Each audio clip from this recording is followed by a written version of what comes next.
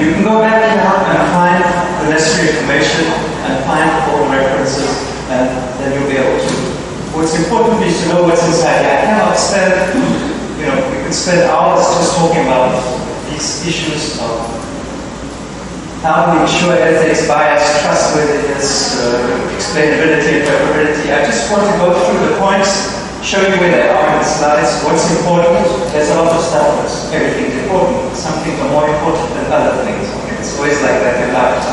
Everything important, but some things more important. So I go through stuff to get used to listening to these concepts, and you know where to find them, and then I'll insist a little bit, I'll spend a little bit of time, not much, on the guidelines. Because in the end, we want guidelines. It's great to do philosophy and say, well, this is good, this is bad, this is right, this is wrong. Okay, but how do I use this? Okay, how do I apply philosophy, all these things, to my context, my use case, my data. Okay, and you remember why are we doing this? Because there's data. Data plus machine learning means we can do things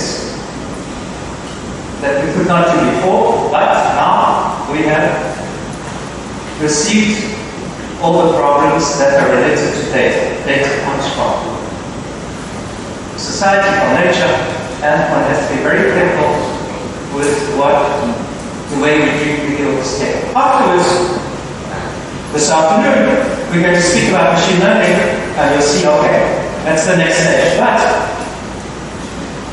the data is always there. And if there's going to be problems or somebody's going to say, well, that's great, you did a nice job, but your results do not respect bias, ethics, explainability, interpretability, trust, then everything that you've done will not be good if you haven't considered these aspects. So I think in the research, we've changed the paradigm. Before, the researchers did the research, the society lived, but now research wants to help society. We want to go to the society and respond to the big, what we call societal challenges. Societal challenges, big questions of health, food security, natural hazards, etc. This is why we have to consider these things. So this becomes a part of our curriculum. Before, we would say, that's the problem of the sociologists, of the philosophers. But it's becoming our problem that we want to use this data. Okay, so I want to go into, we spoke about trust, there's bias, there's uncertainty. I want ethics, honesty. There's a lot of concepts here that I'm not going to get into. What I want to get to is just some important basic things. How can things go wrong? Why do we need to do this? Okay, so the question is why. So I want to know why. Because there are many problems that can arise. Before, we sat in a room and we had some paper, we had our laptops, we did some computations, and we thought, the world started and stopped in the room, in the classroom, in the lab. But now, we're dealing with the world. Okay, so many things can go wrong. What can go wrong? We see that AI models, machine learning models, need to be trained. In other words, you have to teach. Machine learning means somebody has to teach for that. There's some training, so the machine can learn the model. The model, we'll speak about it, it's a magnet from input data to output data. Always we're looking, machine learning is going to learn the relationship between some input data and some output data. Output data is what we want to find, what we want to predict, what we want to analyze. And input data is what we give it. It's what we know. The output data is what we would like. So machine learning is just going to learn this mapping between, or a function, or an approximation of a function between inputs and output. Okay. So a lot of things can go wrong. The data that you're using can be non-representative. For example, it can lack geodiversity. Or it can lack social diversity, or it can lack socioeconomic diversity. There can be many problems with the data. It's not representative. We come back to the old problems of statisticians. When they did a statistical study, they had to be sure that the data that they're using for statistics is representative of society. Oh, so there's many problems that can arise. You speak about labels. Training data needs to be labeled. This comes to machine learning. We'll speak about this. Data can be affected by adversaries. People can. Adversaries means somebody who has bad intention. But I need to put wait one second, I'll put my charge, otherwise it's going to keep on switching over. Great, one second.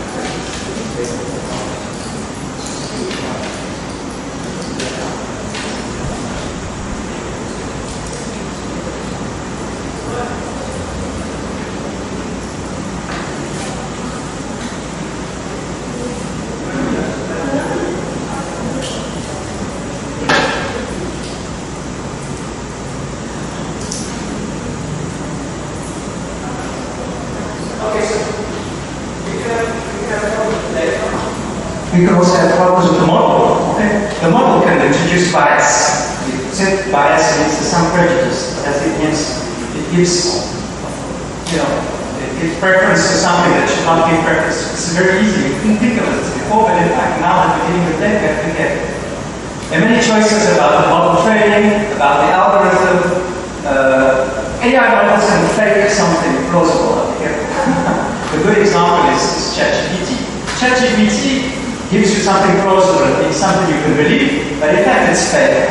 So AI models are, be careful, otherwise you can get, in ease you can get some kind of non-converged result, and you think that it's a good result, but it's not converged. Okay, you can lack robustness. There are other very important issues I want to speak, which we don't think about a lot, about sort of workforce and society. What can go wrong? The problem is today, I'll show you later today, or maybe later today, not this morning, this afternoon, that there are a lot of AI approaches that are considered global. In other words, for some reason or another, global models are going to take over and impose themselves. I'll show you. Google, NVIDIA, Microsoft, many companies now are trying to impose global models, AI models, saying you should be using, like everybody uses ChatGPT. They're imposing ChatGPT on you. And what does that mean? To stimulate means you suppress or you avoid. You avoid the efforts of developing companies. In other words, the big guys sitting in California or in Boston or Seattle,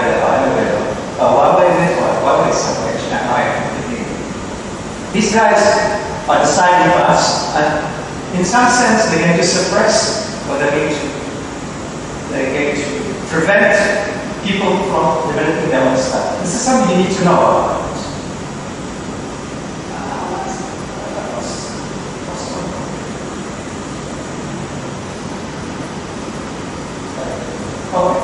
Another thing about societal effects of using AI, what can go wrong, is that there can be lack of consent for the data collection and development. Somehow, using data, you need to seek the consent. You need people to say, okay, you can use my data. You're not using the data without consent. Afterwards, you can have something. And then there's a whole question of scientists themselves that will feel disenfranchised. That means somehow you've taken away the job of the scientist, because you're saying, no, as I told you, if you have the data, you don't believe the science. You say, throw the theory out of the window. The data knows everything. So you have to be careful that by imposing or proposing an AI model, a machine learning model, that you don't say to the scientists, well, thank you very much. We have the data, we don't need it. So there's a very important point. And then there's a big issue of CO2 emission, of global warming. Computing, these things are going to require. There's nothing free in the world. When you think machine learning, oh, magic wand, abracadabra, I'm going to take my data, I'm going to say machine learning, but in fact, it requires a lot. And this is a big problem today. The big servers of Google, Amazon, Microsoft, creating a lot of global. So there are many issues that we can. Okay, that's one aspect of what can go wrong. Then there's always questions of bias. Bias, I won't go into it, but there are many types of bias. Bias means that systematically your machine learning model will prefer something that it should not be preferred.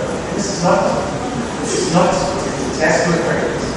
So there are many different types of bias. There's computational model bias. There can be bias in the data. There can be bias in the way we make decisions. And then we'll speak more about this afternoon. It's called bias variance trade-off. There's a trade-off between bias and variance. Bias means systematically your results are away from what they should be. And variance means that they have many possible values, and you're not sure which one. So there are many sources of bias. I won't go into it, but there are many strategies to mitigate this, but more details you can find in the lectures. Okay. So there can be biases in the data due to sampling. That's a classical bias. When you sample, if you're going to look at the effect, say there's a new drug that's supposed to heal a new disease, right? Okay? And when you sample, if your sampling is only among a certain population which has had access to good health, good sanitary conditions, etc., obviously the drug will give good results. If you go and sample only in an area where people do not have good living conditions, the sample will also be biased. Show you bad results. Obviously, when people do clinical trials for new vaccines or for new drugs, they have to be very careful that the sampling does not move. Okay, there's a definition. I won't go these things are pretty clear. Then there's a lot of bias on certain decision making. How do you take a decision based on the model, right? So I won't go into these, but this becomes psychology. Right? This works with psychology. For example, you can have systemic biases because there are social norms or social rules. And institutions, they can also affect your decision. You can have pressure from your boss. I want this method to work. So that gives a systemic bias. Because you have pressure from somebody, social pressure. You're a researcher or you need to finish your PhD dissertation or you need to make a publication. So you have some pressure. And that can produce some biases. Okay, sorry. Just to insist on the fact that there are many different sources. Okay, so what are we going to do about this? You say, okay, that's great. I've listed many problems. Is there some method, are there guidelines for how we should go about ensuring that we do not fall into all these problems? So, in 2019, the European Commission did a really nice job on providing some guidelines for ethics, in particular for what we call trustworthy AI. How to make the AI, your model, a model that people and society can trust. So otherwise, everybody will decide what is trustworthy. We're going to decide what they consider to be trustworthy AI. That's not a good idea. So there's bias and prejudice. And it's not. Actually, it's not. So it's good that there exists some kind of guidelines. And then I'll show you here a checklist from this. So from this checklist, we can say, okay, my modeling has respected, has followed these guidelines, and therefore it can be considered as trustworthy modeling. So, but in fact, it's quite detailed. I won't go through all these things, but it's here. Right? So if you need it, if you want it, or if when you apply for a grant, or something gives you some money from one of the research funding agencies, and they say, well, what are you doing about ethics and moral and trustworthiness? You can say, well,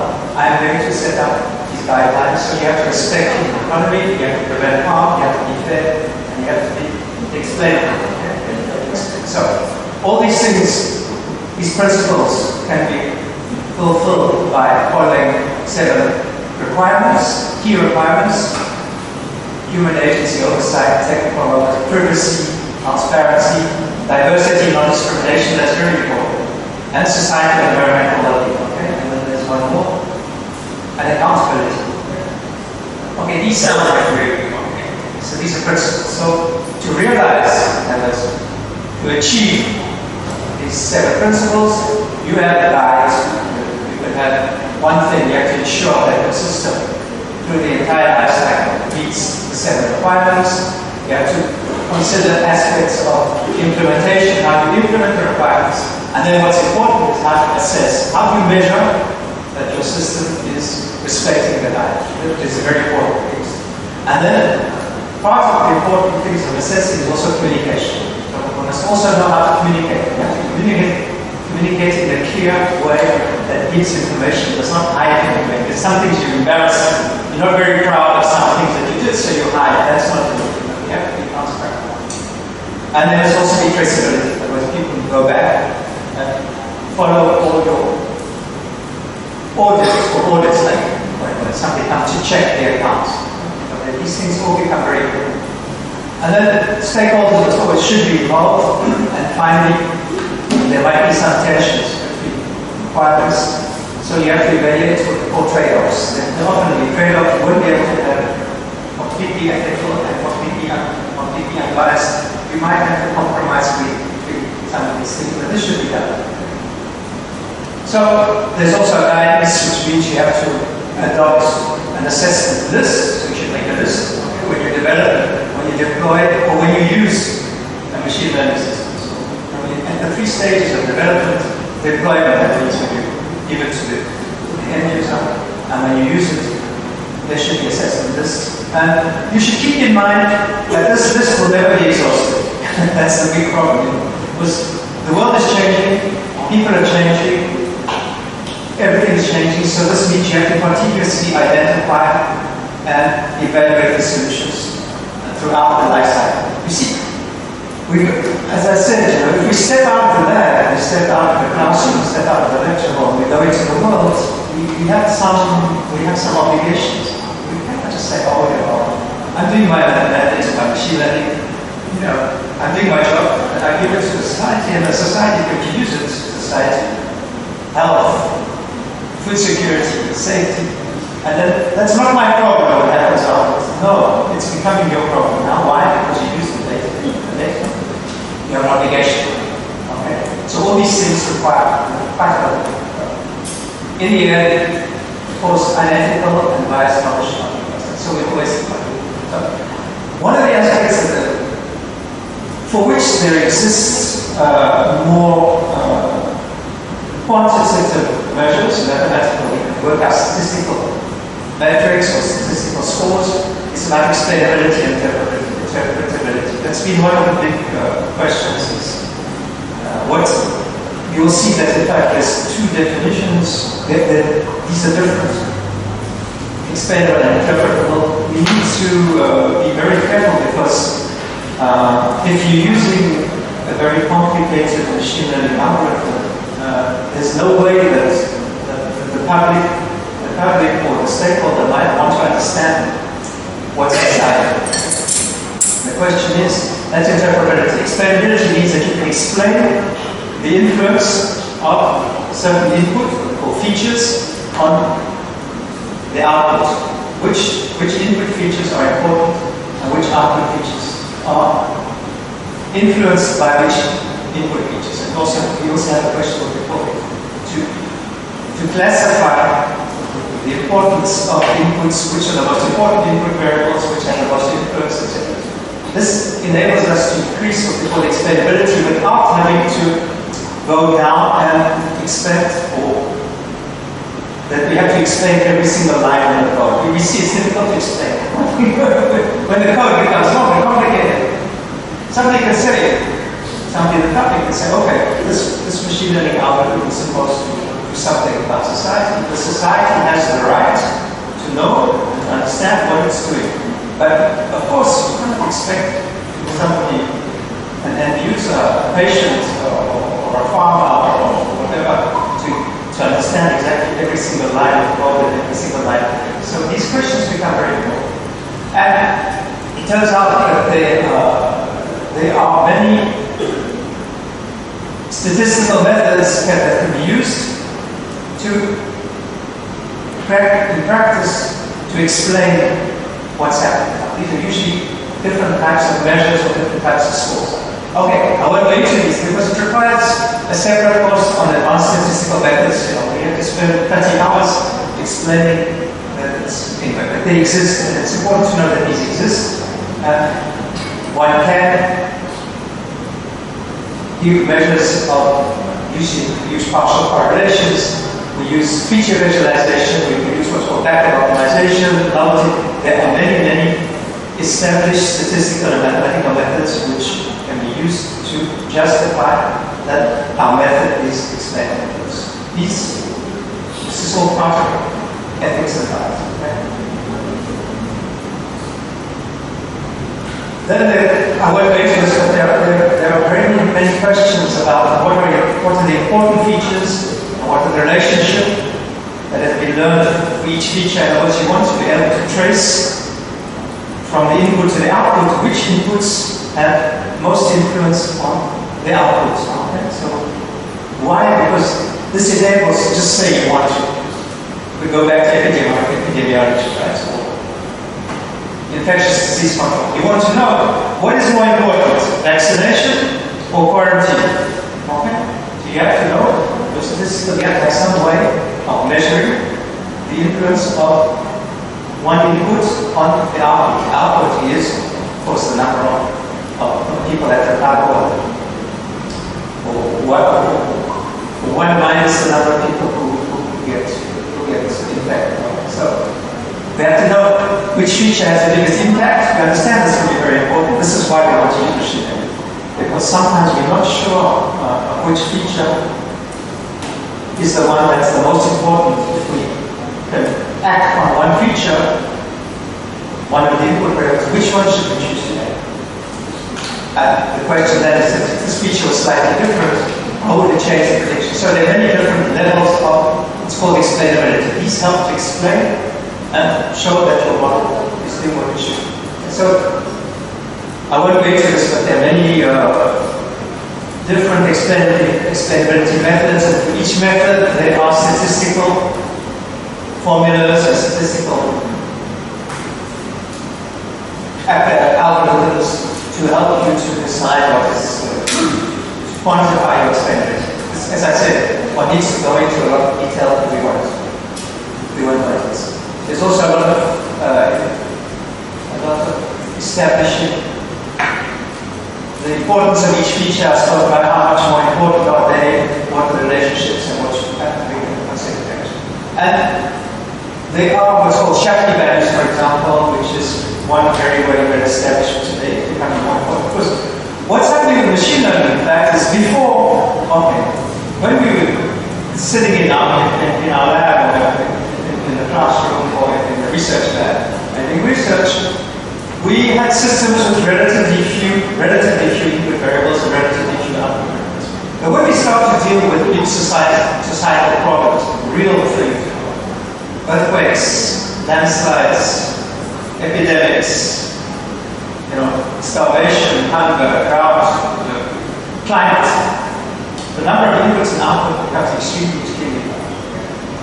And that's why we need tools to help us to decide which input variables have influence, what the relation between input variables, which input variables are important, so that afterwards you could make some policy or make some actions on these things and be able to classify from most important to least important. And then people can make decisions. What we want is, the idea of this machine learning models is that we don't need, as I say, we don't need to know the equation, okay? Because, as I say, the data contains, I always say, the data knows the equation. The data has the measurements that you obtain, obviously, that's what you want to be able to predict or to analyze. And you want to analyze very often the relationship between input and outputs. So that's why we need quite sophisticated methods to help us, statistical methods that help us to measure this importance within input output. Because we have too many, if it was one variable, one-to-one, or two input variables and one output variable, it's very easy. Fix one and vary the other one, fix the other one, vary the first, and you can see which one changes the most. But when you have many, okay, then before this is the second last thing, interpretability is a very important point. I don't know if you know this. this is very good. It's very important. So here's the one guy said, who's asking the question, is this your machine learning system? This is the one, the machine learning guy. It's me or you. And he says, yes, sure, this is my system. You just pour the data into this big pile of linear algebra, and then you collect the answers on the other side. So you have the data, you pour it in, put everything inside, and then you've got a big pile of linear algebra. That's what it is, and out come the answers. So, number one, he says, well, what do you do if the answers are wrong? So, the machine learning person said, well, you just move the pile around, you stir the pile until the answer starts to look right. So, in other words, this is very, very, very bad. This is the worst thing you could possibly do. But often we have a lot of pressure. You want it to work, so you have this big pile of the algebra, the data comes in, and what comes out is not great. So you stir it a little, but you don't really know what you're doing. You change this, you change that, without any understanding of what's going on. And you do it, you tweak. I don't know, you must have done this. Everybody does this at one stage in their life. You tweak something in your method or something in your code until the answer starts to look right. This is the opposite of interpretability. That your code becomes completely uninterpretable, unexplainable, and therefore you cannot explain to the society why it works and whether, if you change the data, will the answer still be correct? Because you tweaked, you tuned it so much so that the answer would look right, that the next time new data comes in, you're going to have to tweak and tune it again. And when new data comes in, because that's not a model that we can trust. There's no trust possible. And as I said, this happens all the time. Do you know that still today there's a lot of publications that are being rejected because people have been tweeting in very, very big journals. People cheat, researchers cheat. Why? Because publish, they need to publish to justify their jobs, to earn their salary, they need to get promoted, they need to get a job. So there's a lot of temptation, a lot of bad motivation to tweak. And in machine learning, wow, you see, when we start to get into machine learning, you see there's so many things that you could tweak. There are so many variables, because it's a complex system, that you can make it completely uninterpretable. So you have to consider interpretability, which comes before, okay, we weren't that concerned about it because somehow, we didn't have this responsibility towards the society. But now we need. So there's a dictionary definition to explain or to present in understandable terms. That's interpretability. And machine learning, we can say we have to decide what it means for machine learning algorithm to be interpreted. What it means, we consider to be the degree to which a human can understand the cause of a decision. So, we have to think a lot about solving problems. What is the solution to a problem? What is the problem? The solution. So you see, I like this. This is interesting because otherwise we're just tweaking our things and just want to get the results. We want our boss or our thesis advisor or the guy at the Ministry of Research who give us want to be happy. Okay? But that's not enough. So the importance of interpretability has become very clear because it can avoid catastrophic consequences. Okay? If you cannot interpret it, then the consequences can be very catastrophic because a lot of these machine learning problems and societal challenges, it's life or death behind. Okay? If you decide the wrong vaccination strategy, or you apply, or to prevent a landslide, you build a retaining wall in the wrong place, or you don't build a retaining wall, etc., etc., you can imagine the consequences become very, very important. So it's important that you can interpret. Black box predictive models. Black box means you don't really know nobody knows what's inside it except yourself. Because you treat so many things that in fact nobody can understand except you. Which by definition, inscrutable means you cannot see, they're not transparent. They're completely opaque. You cannot see through the black box. In the past, they led to very serious societal problems. So they are recorded instances where they have affected health, individual freedom, racial bias, safety. There are a number of cases already documented, well-known cases all over the world where machine learning methods have led to very, very, very serious societal problems. This is not just, I'm not just telling you this stuff because I want to do a bit of philosophy. I have nothing else to do. You understand? This is serious. You're starting to play serious games now. It's not just, scientists can live in their little world, and we do our research and we give the research to society, and we don't give it. We don't give it, that's okay. But then, okay, that's a choice. But if you do give it, you have to be careful, because if your predictive model is a black box, it can be catastrophic as well.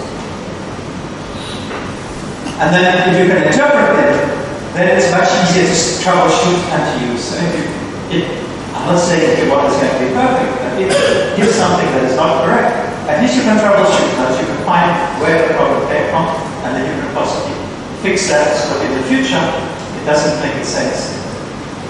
And all this interpretability is also a key element of trust. So we spoke about trust. You see, I'm getting back to what I started with.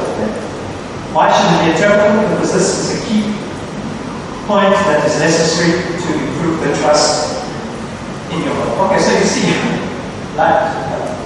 okay, so there's a lot of stuff about black boxes, there's a lot of issues, very, very few, let's say, criminal justice, in the States, in the US, and other places now, we want to use AI models to judge, to make judgments. Okay, they can take all the evidence, of criminal case and decide whether the person is guilty or not guilty. It's been used now because why? Because the judicial system is completely overloaded in many countries. Not much yet. In Western countries, there's a lot. My daughter is in the criminal system. She's a judge, my daughter, and I see how much work she has. She has so much work, so many cases. She has piles her desk. She has piles like this of cases, and you cannot leave the people waiting to be judged for months and months and months. You have to judge quickly. So when you judge quickly, and you have to consider a lot of information, why not use some machine intelligence, some machine learning, which can look at all the history of all the judgments and say, well, this case does this, this, and this. I can find a mapping between the input and the output. Input is everything that's happened. What kind of crime? Output, guilty, not guilty. I told you output is not always a number. Output can be a category. So you can use, and people are using it. It has been used in law and in judging, and there have been some catastrophic results. Okay?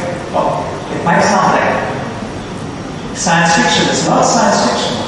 This is what machine learning can do. Can do well with it. And there was a very big problem with air quality, air pollution. It had to do with forest fires in some part of the United States also. And an AI model predicted that there would be no problem of air quality, of air pollution. And in fact there was, and people were not told to evacuate, and there were a lot of problems afterwards because the machine learning model, for the model that they had. Okay, so just to say that black boxes, very dangerous. Okay? That's why we speak a little bit about it. Anyway, just to say so. These situations can be easily avoided if you have interpreting models. You could interpret the model and see, in other words, have some relationship between the input and output, explainability, etc. Okay, there are a whole lot of questions about black boxes. You read these if you unique or unique is so the final point is that you can explain that just by explaining the black box, that's not enough. It's much better to replace them with some interpretable model possible. It's a challenge for us. This requires what we call innovative machine learning models that are inherently, intrinsically, they make it to be interpreted. So we have to try to have things as interpreted. This is a challenge. So there's a lot of principles I won't go into these now. Interpretability, now we know. It's okay, I say interpretability. It's important to say how, what is interpretability and how do I, so people are thinking about these today. This is ongoing work. There are working groups in the United States and Europe thinking about these issues very, very, very seriously because they've become very, very important issues. And they make some principles that apply. So they say for high stakes, also depends on the type of decision. If it's Amazon that's going to propose that you buy this shirt and not buy that, I don't know, laptop, it's not serious, okay? The decision is not high stake. In other words, it's not that important if you give a bad recommendation to somebody to buy a shirt and not to buy trousers. Okay. Not the end of the world. But when the stakes are high, that's when we need interpretable. So the fact that Amazon, for example, or whatever, uses machine learning to give you suggestions, not serious, but we're doing science, huh? We're doing science, we're doing health, we're doing earthquakes, we're doing whatever. Air pollution, tornadoes, typhoons. And if we cause bad decisions to be made because it's not interpretable, then the stakes are high. And when the high stakes are high, we should have interpretable models as much as possible, rather than have some black box that can explain. So there's a lot of, you see, when we open up this machine learning, we think, oh great, machine learning can solve our problems. That's true for Amazon, that solves the problems. Not serious. Nobody's going to die if they make a mistake instead of buying a shirt, they buy a trouser. Okay, you say, oh, it's too bad. I should have bought the shirt. I should have Amazon recommended. Oh, this is much better for you. Nobody's going to die. Nobody's going to get ill. Nobody's going to get put in jail. Okay, but now we're dealing with important issues, and that's why it happens. So okay, so this is just to give you something. And then, just to put this all into what we call the knowledge discovery, I want to show you where interpretability plays an important role. And you'll see that, in fact, we're really interested in going from data to knowledge. And this is the whole idea, because you notice that there's no theory here. That's one of the defaults. That's one of the bad sides, one of the critical sides of machine learning is that you don't see any theory. You just see data going to knowledge. From the data, we know. We understand that to be a scientist, we know that there's something else that has to come in, and I'll speak about that tomorrow. I'll spend the whole day tomorrow speaking about how we can improve this by putting some scientific knowledge inside this. One way of doing it is put it inside the cycle. But the cycle still stays the same. Okay. Basically, what's important is that we have data, and I insist on this because the machine learning is just one phase of this cycle. And if you get into this thing, it's like, you don't have these things in carousel. And when you get on, you cannot get off. You have to go all the way around. Okay? You want to start using data to do machine learning, to be modeling, to be, we got that shows like then you're going to have to go through this whole cycle, to go from the data to the knowledge. And people have spent time and effort to it. So there is what's called data selection. It gives what's called target data. Then we're going to do some pre-processing, because why do we pre-process the data? For various reasons. I'll speak about that this afternoon also. Why data is pre-processed? Because the algorithms cannot deal with the raw data. Raw data is not always compatible with the assumptions that the algorithms, the machine learning algorithms make. So we're going to do some pre-processing, and we get what's called we can start very often, we do what's called data reduction or projection. The data, there are too many variables, and if the variables, this is a question of, I told you in the end we need to do linear algebra. At some point we're going to start doing that. But we know in linear algebra that if we have columns of a matrix that are not independent, in other words, they're co-linear, we don't have full independence, then it's going to cause instability in the matrices. Okay? And this matrix is coming in force. This matrix algebra and optimization problem. So collinearity or lack of independence between different input variables can cause more trouble than if we had fewer input variables. So we can do what's called data reduction or data projection. These are important parts. And we haven't even started the machine learning. You know, there's a lot of work on preparing the data. And then the transformed data, okay, at last we put it into the machine learning. The machine learning gives us the pattern. Machine learning is a good detector of patterns. It can pattern in these relationships between input and output. It can determine motives or patterns that are very difficult for a human, for us to discover, especially when we have a lot of data and a lot of damage. And then finally, here, interpretation. And then, so the interpretability plays a key role in determining how to update all the other steps of the process for the next iteration. One interprets the results, and we tune the processing of the data, the loss function. This will go into more. We speak about this as well. The loss function, evaluation metric, as shown. And the question is, how can you do this if you do not understand how the model works? So understanding how the model works is absolutely essential to ensure that this whole process can be performed, can be justified, and can be updated in such a way that we can trust in the end result. Okay, so I'm not going to go through these. There's mathematics. You can put mathematics, statistical formulas behind this. We can analyze the lack of interpretability. There's different ways of doing this. This becomes quite technical, and we really don't have time. I tell you that these things, yeah, if you need, you can go here and look at the reference and see how to do it. Okay. Very often, to create an interpretable model, it's more difficult than to create a black box. So there's this. Okay, I won't go into all these things, but these are all points that at some point, as I say, it depends on the importance of the decisions or the use of the model at the end. That's not always good. You always have to evaluate with the end task. The end task is the final objective of your machine learning. As I said, if I happen to tell you to buy this instead of that, they don't have to worry about this. We assign this to their responsibility. Somebody is paying our salary, the society is paying our salary. We can give something back to the society. We can add to your responsibility. Okay.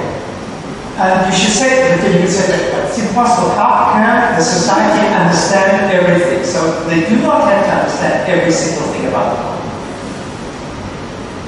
What we say is that you need to know enough for the objective, for the final goal of the final end. And enough is what we're trying to do and no more. So there's a whole question of how much interpretability is necessary. And this is not one single answer. It depends on the context, it depends on the final objective, and it has to be considered every time. So this is difficult stuff, you know. We thought that math was complicated. This is life, and that is even more complicated, right? Society, life, responsibility. So don't forget that interpretability is not about making all models. No, it's not about understanding every single line of your code. It's not against developing complex models. It's only about gaining, winning user trust and fairness. Okay, so you see here, we need to be philosophers now. I'm sorry, I don't know if you know, in the 18th and 19th century, philosophy was considered a part of scientific education. But did not learn science, physics, chemistry, right, without learning philosophy. We don't get to that. I think it's a good thing. Let's just not just think about how we're going to converge faster or have a better algorithm to work within the system. We have to start thinking a lot about interpretability, trust, and effects. Why? As I said, data, big data, machine learning, play in a different game now. Paradigms change. Okay, so it turns out that you do not always need interpretability. Okay, it depends, as I said to you. For Amazon, to buy object number one, so the consequences are not so important. It's for those states. If there's a lot of empirical evidence that shows that, in other words, what the machine learning is predicting is exactly what you would expect. Then you can trust it without having to interpret it. So there's the difference. Okay, etc. There are many reasons. So interpretability is not.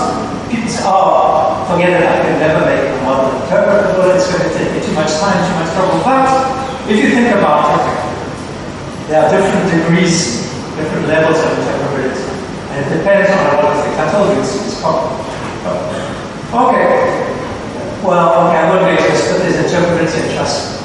There are many questions.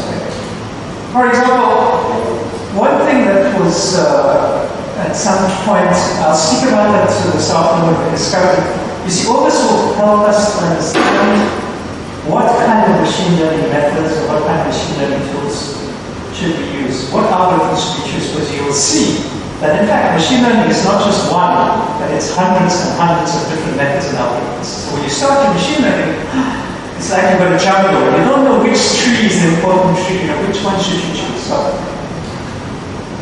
for interpretability, decision trees, which are basically binary trees, you start at some root. The pandemic is over, yes or no, okay? If you say no, is the year greater than 2014? If the answer is yes, we saw no COVID variants, or they have been locked out. So this decision tree, which is computed by a machine learning algorithm, they're called classification regression. It's called CAR, C-A-R. We'll speak about this after. Classification regression trees. It's one of the. It's a whole collection of methods that are relatively interpretable. This kind of thing, if I give it to the public, they can follow every step. Because the machine just learned from the data, it doesn't learn from the data, it learned a decision tree, and the decision tree is exactly how the human brain works, to a large extent. It's like a good, that's what you use, neural networks, as we say AI, it's like artificial intelligence, but in the case of decision trees, we can get a very, very nice visual representation of what's happening. The problem is that decision trees themselves often become complicated and difficult to follow, and they're not robust. In other words, you see, the decision tree is great. Let's say I have 100 data points, and I generate with an algorithm, a classification and regression tree algorithm. I generated a decision tree with 50 data points, and I generated a decision tree with the other 50 that I can choose. You will get two different decision trees. Potentially, there's no guarantee that the decision tree will be the same. This is very sensitive to the random nature of the data. Okay? So you think, oh, well, we cannot use decision trees. Yes, we can, but we have to aggregate. We have to take averages of a large number of decisions. So we generate 500 decision trees, and we take some kind of average of these decisions called aggregation. And the aggregated decision trees turn out to be very robust. In other words, if you give them 50% of the data to an aggregated decision trees, one of the famous ones is called random forest. Random forest are nowadays what's called XGBoost. These have turned out to be very, very, very robust, because if you give them 50% of the data to an aggregated decision tree and you give it the other 50, you'll get the same result back. And that you can prove mathematically. That's been mathematically proven. So mathematics came to the rescue. But then you lose the transparency, that you cannot interpret anymore. But why I say this? Because sometimes one has to give up, has to compromise and say, okay, I'm going to reduce, not have as much interpretability, because I need more robustness. I have to be able to trusting my machine learning model doesn't mean that it's 100% interpretable. It means it's as interpretable as possible and as robust as possible. I use it tomorrow on some new data. It should give me the same kind of prediction as on the data. It's not going to be changing every time to the model. Okay, so decision trees do not always need to be interpretable independently. So these things will go back. This is important because we'll see. When we start to do machine learning, it's not simple. There's not one machine learning algorithm that solves all the problems. Of course not. For every problem, we're going to choose the type of machine learning algorithm we're going to use, and every algorithm has its properties. It has its plus, it has its minus, it has a problem with robustness or not, it has a problem with interpretability or not, and we're going to have to choose. And these considerations, what I call philosophy, are there to guide us also in the choice of a method. I'm just going to choose a method, and we say, well, you know, I use a method, I get a good score, yeah, we're going to get a score. We're going to measure the error, right? And it's going to give me a good error, but I'll show you. Well, I know that now. You can have a very small error for a very bad model, and you can have a very large error for a good model. So these error measures are not 100% reliable. For various reasons, that might really show why that was. Just to show you that we need to go back to this philosophical trust, fairness, interpretability, bias, ethics. We need these philosophical tools to help us to do our mathematical statistics. You cannot just say, you know, okay, that's good, but that's for the humanities. It's not for us. We scientists, we don't deal in these very fuzzy concepts, but now we have to do it. I can make science in ways. So, I'm not going to speak. There's a lot of discussion today about explainability against interpretability. I won't get into that. There's a whole lot of things going on today. This is stuff that's been discussed a lot at high levels in the US. I know that's why I know maybe it's being discussed in Asia. I haven't heard, but I know that in the US and that in Europe these issues are being discussed. And it's not finished. So, okay, so I just recall that I showed you this knowledge discovery process. So don't forget that. All the elements in this process can have an effect on the trustworthiness. Okay, so you see, life is getting complicated, but life is complicated. If we oversimplify, we're going to get bad models to society. As I said, Amazon will not pay, but if you're going to predict landslides, or you're going to predict evolution of an epidemic, or you're going to do other things that concern public health or public safety, of course. Cannot say, oh, it's not important. So there are a lot of things. I won't wait. There's a lot of questions about observational data. One has to be very careful when one collects data, obviously.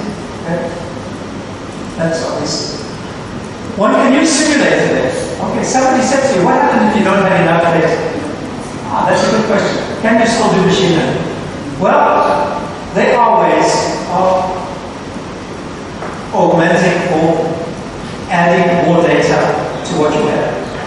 It means that you have a model. So it's very well known in climatology and numerical weather prediction, because we know we have good models, that is Stokes equations, and other models. We see this for ocean circulation, we have models for convection in the air, etc. We have radiation models, which determine how much heat gets radiated, how much heat comes in from the sun, and all these things can be used to create extra data when we don't have enough data. And eventually one can also put some noise into the data, and you can make the data pretty close to reality. And that means that once you can have enough data, then you can try to use your AI. In some cases, real data can be unethical. If you want to test a new vaccination strategy, you can't infect and give everybody COVID so you can test the vaccination strategy. Okay, that's not ethical. How can we test it? Well, we can make some simulated data. Means that we have models and then use the simulated data to learn a machine learning model. Machine learning model, I'll show you. It gives us a tool that can evaluate very rapidly and take into account a lot of inputs. There's many examples in numerical weather prediction and climate models. Okay. And in epidemiology, we use SIR type models to create it. So simulated data can also help. All of this must be trustworthy. In other words, if you're using simulated data, your simulated data must also be trustworthy. And then we have classical methods which have been developed in numerical analysis called verification and validation and uncertain quantification. So there are ways of verifying the trustworthiness of numerical algorithms also. We have ways of doing it, DB and UQ, verification, validation, and uncertain quantification. It has to do with convergence analysis plus quantifying the uncertainty, how uncertainty or how randomness propagates through so these things, so we can use, conclusion that simulated data can be used when one doesn't have enough data to create machine learning. One can use crowdsourced data. Crowdsourced data, when you have a data gap, can be very useful. Okay, but just be careful that there are big questions of data quality. Crowdsourced data, you don't have any guarantee of the quality that the people, they send you values or they put it in their smartphones or smartphone measures, but the smartphone is, you left it at home, they can take it with it, so you don't know how much you moved, the person or he or she. So crowdsourced data has a very, very big problem with data quality. Data quality, of course, you go into the knowledge discovery process, the quality of data has bad quality at the beginning, the model is going to be a model of bad quality. You can rely on bad quality data, you're going to have a bad quality model. So these things become, once again, very important.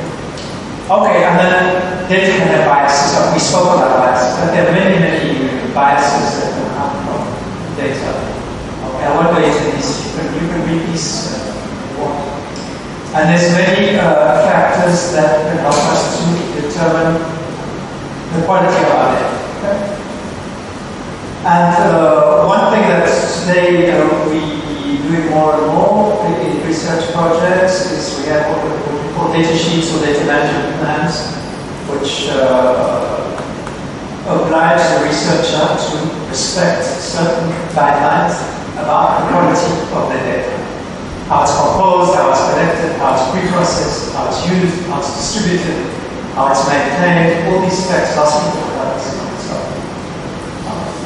All right, we'll speak about overfitting. I will speak about this now. These are important there. And then the very last thing I'll do before we start, 12:30 now. I told you all of this is okay, but then if we doing research for with society, we need to communicate the research results. And communication becomes, we're not just scientists who are going to read the publication in the journal. Right? We're going to do with stakeholders that are not just scientists. It's not just scientists among scientists. So, we kind of understand each other. We look at the journals and get the number of citations. We now have to communicate our results to society, the society itself, the people, or it could be public health administrators, or it could be politicians, or it could be many, many, many things. So communication becomes very important. And communication relies also on UQ. UQ is uncertainty quantification. Why? Because I'll show you later, of course, what we do not have 100% certainty. We're not certain of 100% sure that tomorrow, the temperature is going to be 35.6 degrees, or something. The tsunami is going to come at 12:55 tomorrow afternoon, right? Okay, so there's uncertainty. So there's a lot of necessity to work with uncertainty. I won't go into that. There are many methods. And we need to communicate the risk and the uncertainty, because if we knew exactly what's going to happen tomorrow, I told you the world would not be interesting now. Okay, we knew exactly when we would be born, when we would die, and everything that would happen in between. There would be no risk, and there would be no uncertainty. So obviously we don't know. Okay? We agree. So what is it? Why don't we know? Because there's uncertainty. That's why uncertainty. I suppose my competitor. In school, we taught certainty. If 5x equals 10, then x equals 2, right? 10 divided by 5. But in reality, 5x equals 10 plus zeta, and zeta is some kind of random variable that could be, 1, could be 2, could be minus 1, minus 2, a certain probability. So in reality, there's always uncertainty. Because we're dealing with data, we're dealing with uncertainty. So there's no way that we can say, tomorrow it's going to be this, and the day after tomorrow it's going to be that. Finished with certainty is finished now. We're dealing with the real. So we need to know how to communicate risk. Because if you tell the health person, oh, and I'm not sure, he's going to say, oh, thank you very much. I'll go and shop somewhere else, and I'll ask somebody else. So it's not easy. You want to be honest, you want to be transparent. That means you have to say, well, my methods include some uncertainty, and people have to decide what risks they are taking by listening or not listening. So this becomes very important. These are dependent on the way we communicate. So the scientists now, I told you, because we're stepping out of the lab, we're stepping out of the research lab, we're going to society. We've discovered that in fact we have to be very, very, very careful about how and what we communicate. We don't want to tell lies, but if you tell all the truth, people are not going to believe you. So how do you do it? So people have been thinking about this a lot. Right? So there are different ways and different guidelines for communicating risk. I speak about it here. Use absolute risks. For single events, use percentage. You can express chance, probability as a proportion. And then there's a whole question of the precision. This is an important point, even though it's at the bottom of the page. How precise should we be when we communicate our results? So, the best precision that we can possibly do is we communicate a complete probability distribution. We say, what's going to happen tomorrow? In fact, it's a Gaussian law with mean 25 and with variance 5. Then, if somebody knows, if I give somebody the law, I suppose that somebody knows how to use it, but how to use the law. I don't say to you tomorrow it's 5. I say tomorrow it's mean 5, which means that there's a certain probability that's x, and that's the probability. That's the Gaussian law. The probability density function, p, but we call it p. It's not exactly p. P is the interval. If I give somebody this, then I'm communicating all the uncertainty. And they can decide. They want to know what's the probability that x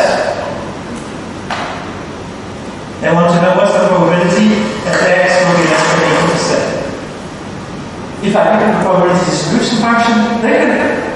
A person who wants to use my model can say, oh, the probability that x will be less than 7 is. They want to know what's the probability, just like that. They want to know what's the probability that x will be 3 and 5. It's easy, It's just the probability that x less than x.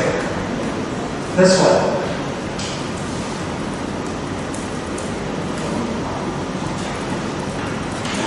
Okay?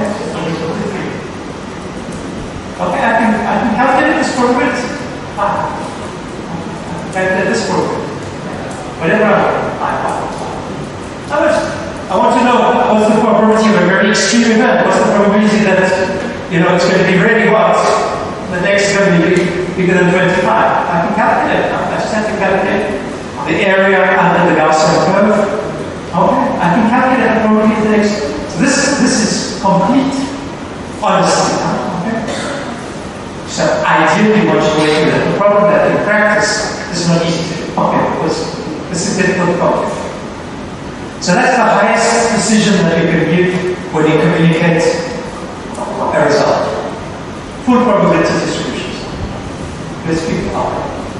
That sounds great, but we have to do it, but that's not easy for many, many reasons. The other extreme is that we deny. Oh no, it's 5. Don't worry, I promise you it's 5. Of course, tomorrow it's not going to be 5, it's going to be 6, it's going to be 4, and this is not good either, right? We lie exactly. We know that on average it should be 5, but we're not communicating the uncertainty. And then, why? And people are going to trust us. If we communicate the uncertainty, we say, we're not sure.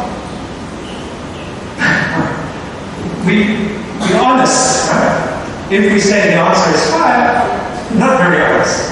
But it might be more reassuring for somebody to know that it's 5. So, in between the two, there's a lot of things you can do. You can either giving this type of response requires very, very complex, expensive computational and theoretical tools. It's not easy. That's why we don't teach. That's why we don't teach this very much in school, right? I think we should. But in fact, life is that's life. Life is not 5. You agree, no? Life is probability distribution. It could be Gaussian, it could be something else. I just put it Gaussian. Gaussian is one of the most common probability distribution probability zeros. So in between the two, don't worry. There are things, but one has to know, because now before we could just do our research and publish, but now we need to communicate. How to communicate results? We have to think about it. So we have what's called distribution summaries, range, order of magnitude assumptions, list of possible scenarios in the form of entity. The conclusion: communicating uncertainty can increase trust. We're looking for trust, okay, in the information. It can affect the attitude toward the messenger, and may sometimes also delay decision making. Decision making will need the uncertainty. We should always align the format. How we communicate has to be aligned with the decision. Otherwise, we should, if we're going to give it to a farmer, we're not going to give him a Gaussian law and say, it's Gaussian with mean 5 and variance 25. He's going to look at you like, have you completely crazy, right? So, you have to find some other ways, intermediate ways of communicating. So that's very important. You have to decide the target of your communications. I insist always to my students now, it's great that you do your research, but now you want to communicate your research to different audiences. You have to modify your story, your narrative. You have to create a narrative, create a story, and to tell a story, which is adapted to it. And what's always good is to test your communication.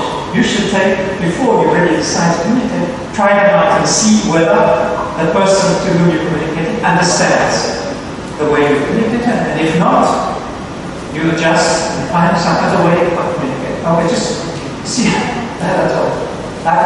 And then, so that's what I want. It's a lot. I'm sorry. I'm not sorry. I'm not very sorry.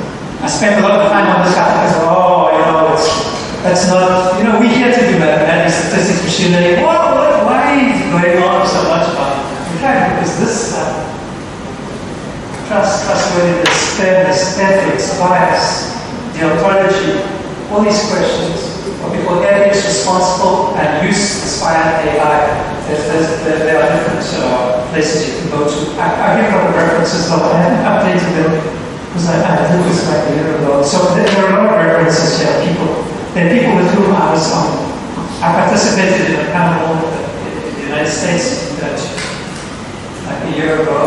These are people I spoke to and I connect, and they're doing a lot of like very, very serious work on trying to help researchers add guidelines and methods to answer all these different questions. So, it's not that I apologize for doing this, but we haven't been doing much math. But it's no good doing that and then not taking care of this questions of trustworthiness, ethics, bias, because then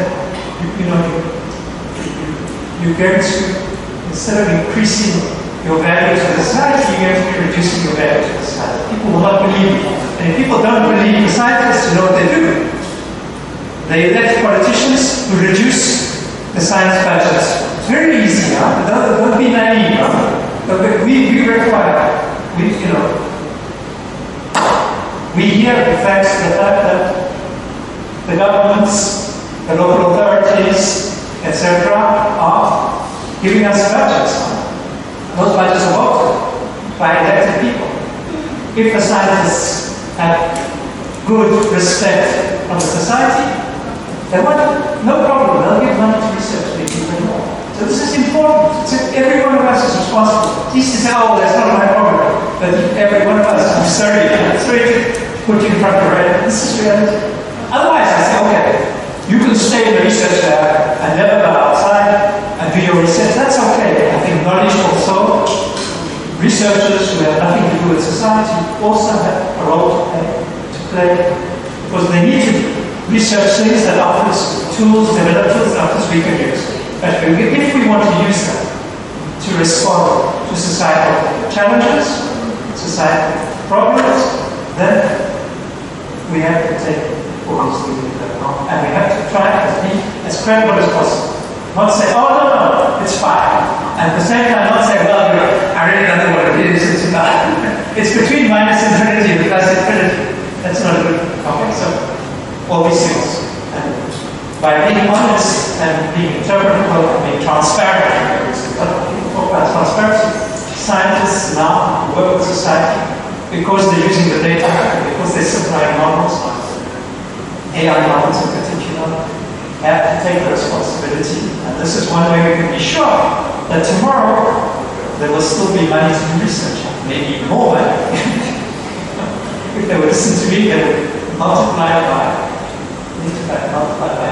between 5 and 10, and then we can really start doing the research. Okay. That's why I spent a lot of time on this, because it's important. Huh? Okay, afterwards, of course, it's very important to do mathematics. Of course, we cannot do this stuff without mathematics. Behind, somebody has to work on the math, and then translate the math into an algorithm, and then somebody has to take the algorithm and has to try to crack the Python code. And so I don't say that we're going to do. We have to sit in the lab and do work afterwards. But if we do this without taking consideration all of that, everything we do here is not going to be good if all these things that I spoke about are not taken into consideration. You understand? It's a whole. It's not we do our piece and somebody else will take care of the rest. No. Okay. This is to motivate that we do good math afterwards. So obviously that. So. We start this afternoon. We start a bit more precisely. I'll start this afternoon. I'll do two things. We'll speak about data. I told you so in this thing. There's a lot of stuff to be done. This becomes very important. The knowledge discovery process, and it's all about data here. There's a lot of pages. You see the data, 3/4, 75% of the process, the last little bit, there's some machine learning, right? And believe me, that's reality. I mean, I've been working in the industry for a lot. I have students who are working in industry, I've done consulting, and 75-80% of the time is spent to go from there to here. 75-80% of your time is spent doing that. That's reality. Why? Your data is not good, your model will not be good. You can use the best mathematics, the best statistics, the best Python code you want. If the data is bad, for some reason, there are many reasons. widely bad, or it's not adapted, not suitable, your model will not going to be good. Sorry. You work very hard here and say, well, you know, I started working till 2 o'clock in the morning, and I done all my courses, and I know the conversions, but your data was bad. Your model's going to be bad. And, you know, okay, so you cannot say, well, you know, the data is not my problem. Unfortunately, the data is also going to be your problem, right? Maybe you have somebody who can help you do it, but in fact, you'll see that in Python, in R, in TensorFlow, etc., in scikit-learn, in all the open source software now, there are many excellent tools for taking care of this part. So this part is important, and one should never do not start with machine learning without going through the steps. And I'll show you some, I need like 100 hours to show you everything. But there's a lot of things to be done. But there are tools, and in fact, they're quite easy to use. You just have to know that they exist, and then you can go to find them. You can search for them and find them in the news, and they're quite good. You have to be aware and conscious of the fact that this part of the cycle is as important as this part, because otherwise, this part of the machine learning part is just not going to work. I mean, it will work. There are answers you give. There are answers to the society. The society is not going to be happy. I promise you. That's for sure. That's probably. Oh, that's why. So now I'll start by speaking a little bit, not, as I say, you need hours and hours about that, and I will start to introduce the machine learning itself without, as I say, I cannot teach you machine learning, because we would do, a very small part, because I only have 3 hours or 4 hours to do it. I can't. But what I can show you is how to use machine learning, how to validate, how to check, how to choose which model should be used, what type of model, what does it mean to use this type of model, that type of model, what model should I use for what type of data. These are the most difficult questions. These are the modeling questions, not the actual machine learning. The actual machine learning, I have my courses and the many books, I gave the references yesterday. All the technical details you can find in the books and on the websites. Okay? But the modeling choice, that's the most difficult. That's the part where everybody has difficulty. Once you've made your good choices in modeling, then you can find the technique, the algorithm, the code that does the job. But the difficult part is to choose how to model and what to model. So what I can do in the short time that we have, it might seem it's very short. You cannot learn everything or machine learning in a few hours. So I will try and show you all the considerations of modeling, so you can choose how you increase what kind of pre-processing and what kind of modeling this supposed to be for. You can explain more. So I'll zoom in without discussing individual methods, but discussing global modeling issues such as choice of methods, verification, validation, etc., testing of methods. Always important. Okay, I'll give you guidelines. So that will be the program for this afternoon, and then tomorrow I'll speak more about how we put scientific knowledge into the machine learning. So that will be the program for tomorrow. And that's it. Okay. Thank you very much.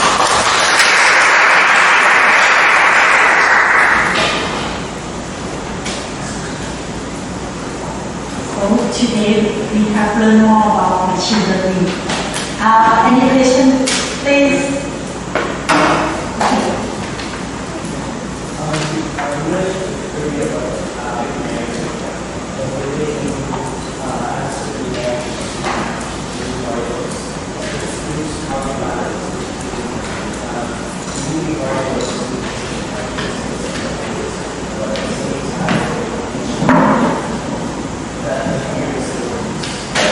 There's not a simple answer to that.